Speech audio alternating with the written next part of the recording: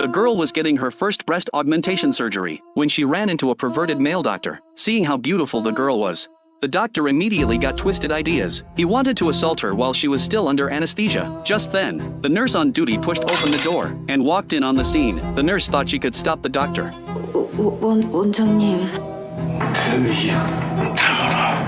But the director not only didn't back off, he ripped off his mask of decency. He slammed the nurse onto the exam table and threatened her with violence to keep her quiet. He wanted to bury the secret in that operating room forever. The story starts with an old case. 10 years ago, a young woman was rushed to the hospital after a car accident. She was badly injured and unconscious, completely at others' mercy. She should have been receiving life-saving care under the surgical lights, but the 3 doctors in charge of saving her, once they got a look at her beautiful face, grew darker and darker in their intentions. They didn't see her as a patient anymore. They saw her as defenseless prey, while she was unconscious and the room was empty.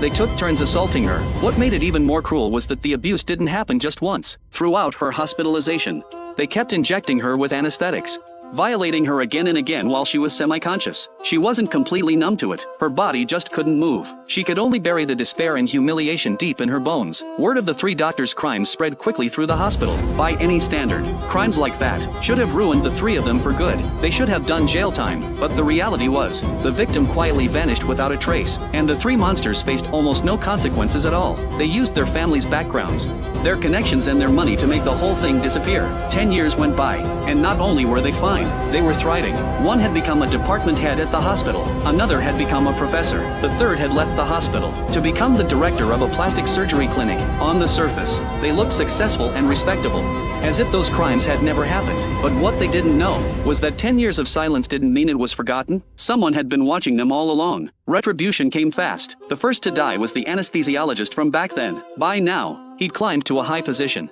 but he couldn't shake his lecherous nature. At a high-end club, he laid eyes on a smoking hot woman and immediately flashed a smug grin. He thought it was going to be a chance fling and went along with her plans. But in the next moment, the game turned into an execution. The woman moved fast. Her knife work was terrifyingly precise. First she sliced the artery in his neck.